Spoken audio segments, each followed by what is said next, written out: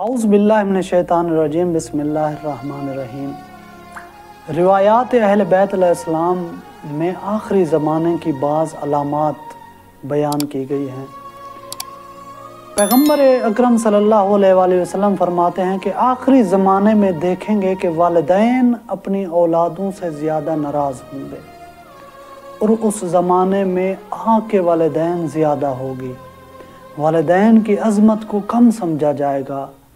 औलादें अपने बाप पर तोहमतें लगाएंगी, अल्लाहु अकबर, और अपने वालिदैन से नफ़रत करेंगी और औलादें अपने वालिदैन की वफ़ात पर खुश होंगी, अस्तग़फिरुल्लाह।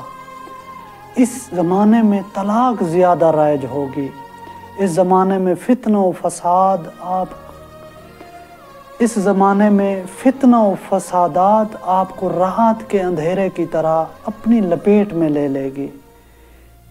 शर्क़ व ग़र्ब में मुसलमानों का कोई ऐसा घर नहीं होगा जिसमें फ़ितना और फसाद नहीं होगा। दोस्तान, देखें वालिदैन की अज़मत के बारे में पैगम्बर अकरम सल्लल्लाहु अलैहि वसल्लम ने अपने ज़माने में ही बता दिया कि आखिरी ज़माने में वालिदैन के साथ कैसा सलूक किया जाएगा।